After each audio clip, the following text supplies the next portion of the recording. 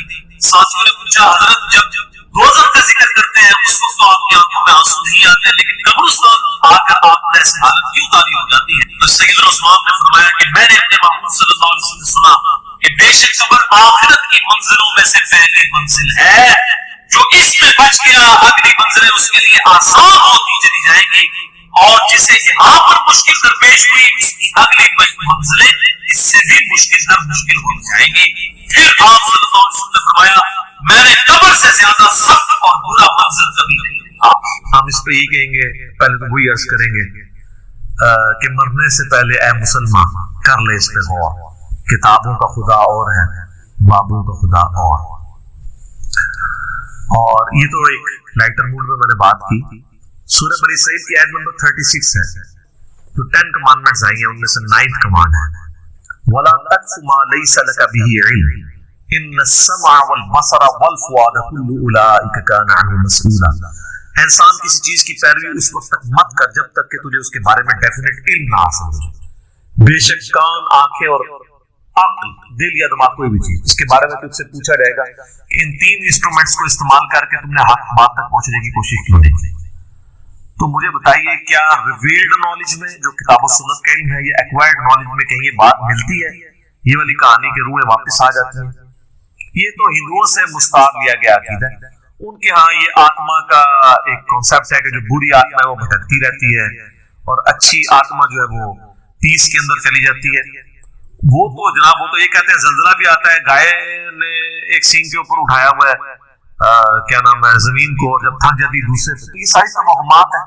کالی بلی راستہ کاٹ دے نحوست ہے, توہمات ہے. جوتی پہ جوتی چڑھ جائے سفر لکھا ہوا ہے, توہمات میں سے ہے. کوا گھر کی منیر پہ بولے تو کوئی مہمان آنے کا پیش خیم ہے, یہ سب توہمات ہیں.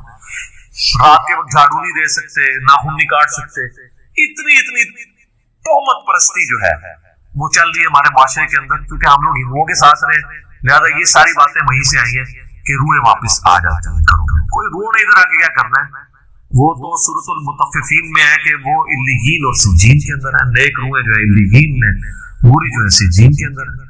ان کا اس دنیا کے ساتھ کیا لینا دینا ہے؟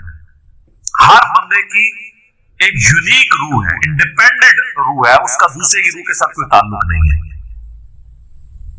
تو دوسرے کے جسم میں جانے کی بات ہی نہیں ہے, بھٹکنے کی بات ہی نہیں ہے.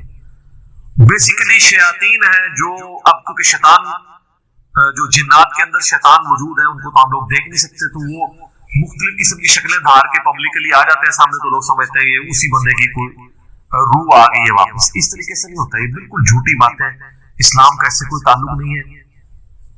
باقی جماعتیں جو بیچتے ہیں وہ روٹی روزی ان کی چلنے دیں آپ. جماعتوں کی وجہ سے ہی تو یہ عقیدہ انہوں نے گھڑا ہوا ہے. ویسے ان کو بھی آپ جا کے سائڈ پہ کر کے پوچھے نا کہ لکھا ہے تو کہیں گے ہے کوئی نہیں ہے, لیکن اصال ثواب کے لیے ہمیں جمعرات دے دیا گیا. تو ٹھیک ہے, میت کی طرف سے صدقہ ہو سکتا ہے. میرا تو اس کے اوپر لیکچر ریکارڈڈ ہے, مسئلہ 74, میت کی طرف سے صدقہ اور خیرات کا ثواب اسے ملتا ہے. صحیح مسلم میں حدیث ہے کہ میت کو 3 اعمال کا ثواب پہنچتا ہے. نمبر 1 علم کی بات جو اس نے اپنی زندگی میں کی, اس کے مرنے کے بعد بھی اسے ثواب ملے گا, جیسے امام بخاری امام مسلم کو مل رہا ہے. دوسرا صدقہ جاریہ جو اپنی زندگی میں کوئی نیکی کا کام کیا اس کے بعد بھی جاری رہا, اسے ثواب ملے گا. تیسرا نیک اولاد جو اس کے لیے دعا کرتی ہے. اور اسی کو سپورٹیو سنن نسائی میں حدیث ہے, بخاری مسلم میں بھی اس کا کچھ حصہ موجود ہے. جو سعد ابن عبادہ سفر میں تھے تو ان کی ماں پیچھے سے فوت ہوگی, ان کا یا رسول اللہ میرا ارادہ ہے کہ میں اس کی طرف سے صدقہ کروں تو اسے ثواب ملے گا. آپ نے فرمایا ہاں. تو انہوں نے کنواں کھدوا دیا اور اس کا نام بھی پڑ گیا یہ ان میں 7 کا. تو وہ صدقہ خیرات کریں, مولویوں کی روٹی روزی لگا کے رکھیں, لیکن باقی ان سے زیادہ حقدار آپ کے غریب رشتہ دار ہیں, غریب ہمسائے ہیں. مولوی تو یقین کریں آلموسٹ روزانہ ہی چھوٹا گوشت کھا رہے ہوتے ہیں, وہاں لوگ بکرے دے کے جاتے ہیں.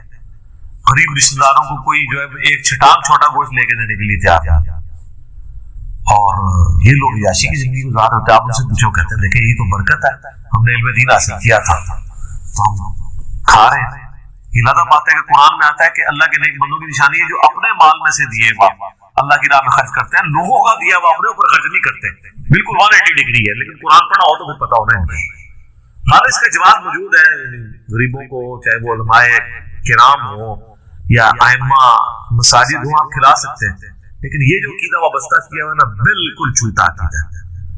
قرآن تو بالکل اپنے مقدمے میں واضح ہے. سورہ یاسین کے اندر اللہ تعالیٰ نے واضح طور پہ فرمایا, آپ سورہ یاسین 22ویں پارے سے شروع ہو کے 23ویں میں ختم ہوتی ہے, تو آپ پہلے ہی صفحہ جو ہے نا 23ویں صفحے کا, اس میں اللہ تبارک و تعالیٰ نے فرمایا, آیت نمبر ہے 31, الم یروا کم اہلکنا قبلہم من القرون انہم الیہم لا یرجعون, کیا انہوں نے نہیں دیکھا کہ ہم نے ان سے پہلے کتنی امتیں ہلاک کر دی ہیں, وہ اب کبھی بھی واپس دنیا میں لوٹ کے نہیں آنے والی.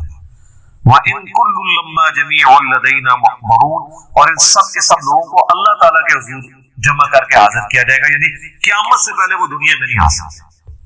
اور جناب جو سورۃ الواقعہ کی رکت انگیز آیات ہے نا, سورۃ الواقعہ پارہ نمبر 27 میں بالکل اینڈ پہ جا کے سیکنڈ لاسٹ سورت آتی ہے, اس میں اللہ تبارک و تعالیٰ نے اس ٹروت کو ریویل کیا ہے. اللہ فرماتا ہے فلولا اذا بلغت الحلقوم, تو کیوں نہیں ہوتا کہ جب روح جو ہے وہ گلے میں جا کے اٹک جاتی ہے, یعنی کسی کی موت کا وقت آ جاتا ہے, نزع کا وقت,